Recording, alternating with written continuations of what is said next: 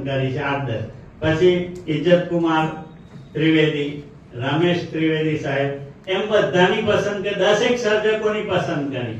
અને એનું કારણ એટલું છે કે 2000 પહેલા જે સર્જકો છે એ સર્જકો ભૂલાઈ ન જાય, મારા મનથી એવું હતું. ધારો જનક ત્રિવેદી તો એમને કે લઘુકથા સંગ્રહ જ નથી, પણ 35 જેટલી લઘુકથાઓ પ્રકાશિત થઈ છે, પહેલી પંક્તિની કૃતિઓ. એટલે આપણને એમ થાય કે આમાંથી 10 મૂકી હોય, 5 મૂકી હોય, તો વિદ્યાર્થી જાણે કે જનક ત્રિવેદી નામના એક મોટા લઘુકથા સર્જક થયા, ઇજ્જતકુમાર ત્રિવેદી નામના વ્યક્તિ થયા, જેમને આટલા બધા સંગ્રહો આપ્યા. તો આ બધી વાત બીજી પેઢી સુધી પહોંચે એ ધ્યાનમાં રાખી અને મેં આ સંપાદન કર્યું. તો 2000 પહેલા જેમની કલમ સક્રિય થઈ હોય એવા સર્જકોની જ કૃતિઓ લીધી છે. 2000 પછીનાની લેવા પ્રયત્ન કર્યો નથી, જાણી કરીને કર્યું છે કે આ રહે પેલા વિદ્યાર્થીના મનમાં. અને 1953 પછી ખાસો સમય એ કામ પડી રહ્યું. અને 1962 થી મોહનલાલ પટેલના શબ્દોમાં હું વાત કરું છું કે 1962 થી મેં ફરી લખવાનું શરૂ કર્યું. કેમ 1962? તો લઘુકથાની વિભાવના બિલકુલ ક્લિયર કટ 1953 માં નહોતી, માત્ર લખ્યું હતું. પણ 1964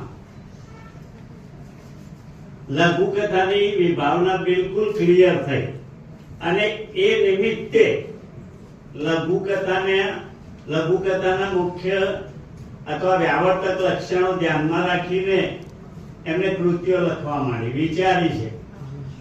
અને એ વર્ષમાં સળંગ 8 કૃતિઓ પ્રગટ થઈ એમની. અને ત્યાર પછી તો કડીમાં સાહેબે જેમ વાત કરી એમ સાહેબ પોતે, રમેશભાઈ ત્રિવેદી સાહેબ, દિલીપ રોય, રામજીભાઈ કડિયા, ભગવત સુતાર, કોકિલાબેન જાંબુડી, પ્રસાદ બ્રહ્મભટ્ટ, એમ અનેક નામ દઈ શકીએ. આખું એક સર્જન ગ્રુપ લઘુકથા તરફ વળ્યું. અને ત્યાંથી લઘુકથાની જેને કહીએ કે સ્વરૂપની નિષ્ઠા અને સ્વરૂપ સ્થિર થતું ગયું. એમાં સંઘર્ષ આવ્યો એ બધી વાત આપણે કરતા નથી.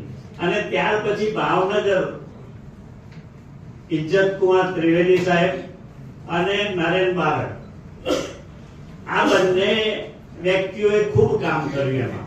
અને લઘુકથાને સ્થિર કરવાનો એમનો પ્રયત્ન સફળ રહ્યો. અને ગુજરાતીમાં જે માઇલસ્ટોન કહેવાય એવા માનનીય રમેશભાઈ અને બીજું નામ આપણે ઇજ્જતકુમાર ત્રિવેદી સાહેબનું દેવું પડે. એટલું કામ એમને કર્યું છે. અને આપણી લઘુકથા સ્વરૂપ ધીમે ધીમે લોકપ્રિય થતું ગયું. કેવું લોકપ્રિય થયું એ તો મેં આ લઘુકથા સ્વરૂપ વિશે એક આખી પુસ્તિકા લખી છે, જે તમને મળવાની છે. એ 2000 સુધીના જે લઘુકથા સંગ્રહો છે એનું લિસ્ટ આપ્યું છે મેં. તો એ લગભગ 41 છે. અને 2001 થી 2025 એટલે 25 વર્ષનો ગાળો.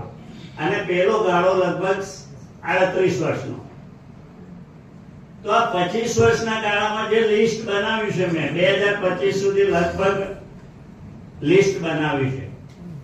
તો એ લગભગ 109 સંગ્રહો છે. એટલે લોકપ્રિયતા કેવી વધી એ તમને ખબર પડશે. પેલા 40 વર્ષના 40 સંગ્રહો છે અને અહીંયા 25 વર્ષના 109 સંગ્રહો છે. અને કદાચ એકાદ ક્યાંક રહી પણ ગયો હોય આખા ગુજરાતનું લિસ્ટ બનાવતી વખતે, તો 110 જેટલા સંગ્રહો છે.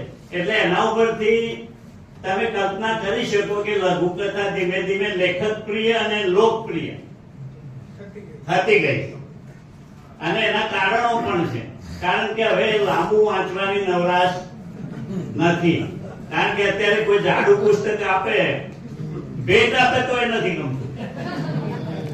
અને જો સૌથી અસ્પૃશ્ય બાબત હોય કોઈ, તો પુસ્તક, કોઈ જાડું પુસ્તક રસ્તામાં રહી ગયું હોય મારા જેવાનું, તો એ મને ઘેર આપી જાય કે એ ભાઈએ થઈને ફરતા હોય સારી તો. અને આપણે શું કરવાનું? અને પાછી આપી આવો તો પાછી આપી જાય છે, પુસ્તક મળી જાય.